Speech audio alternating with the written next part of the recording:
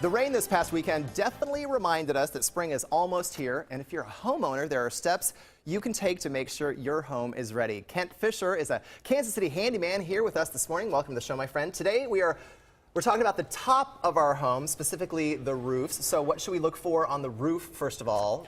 Well, on the roof, you want to look for any damage to your shingles. You want to see if you have any missing shingles or any bent, loose shingles. And some of this you can do from the ground with the binoculars if you're not good with ladders. Okay. But there's some with nail pops. All these have water that's able to get into your home, and you don't want that. So if they're curled and cracked, you might need to replace them. Has it been particularly brutal since we've had so much crazy snow over the last couple weeks? Well, that's been tough on the gutters. The gutters, okay. Yes. We'll get to those in a minute. Right. But what about the melting and the freezing and the melting and the freezing? It can ice jams, and they can come back and get water inside your attic. That happened to me a couple years ago. No Yes. bueno. Yes. Okay. So what about in our attic? What are some of the indications there might be a leak in the attic? Well, this is a good time to get in your attic because it's not terribly hot. Okay. But if you go in, you look in the rafters, you look at your joists, if you see water stains, then you probably have a leak. Like, for instance, that. Like, for instance, this, yes. Oh, that looks ugly. Is that your decking, if it's mushy, you're probably going to have that replaced. Is that just water damage, or is that a little bit of mold too? Well, that's the problem. The mold. If you don't have good circulation in your attic, you can get mold and mildew. And so you do want to check your vents and make sure that they're not covered with insulation. And it helps on two fronts, because if it's hot up there all the time, your air conditioner this summer is just going to run. Run. And then it shortens the lifespan of your shingles. Look at that attic. I mean, you can see daylight. That's Well, that I think is a gable side that's been damaged.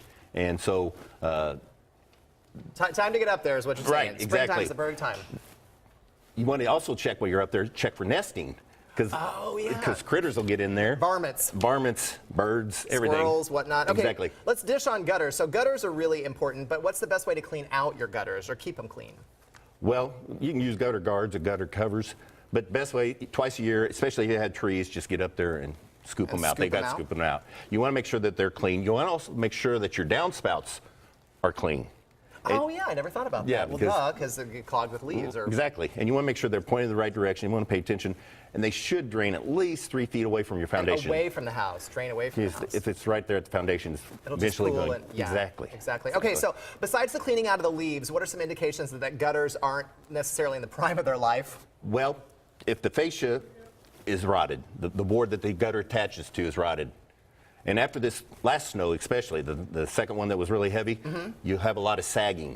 You want to make sure that there's a little bit of pitch to your gutter so the water will drain to the downspouts. Now, any other problems that we should be on the lookout for?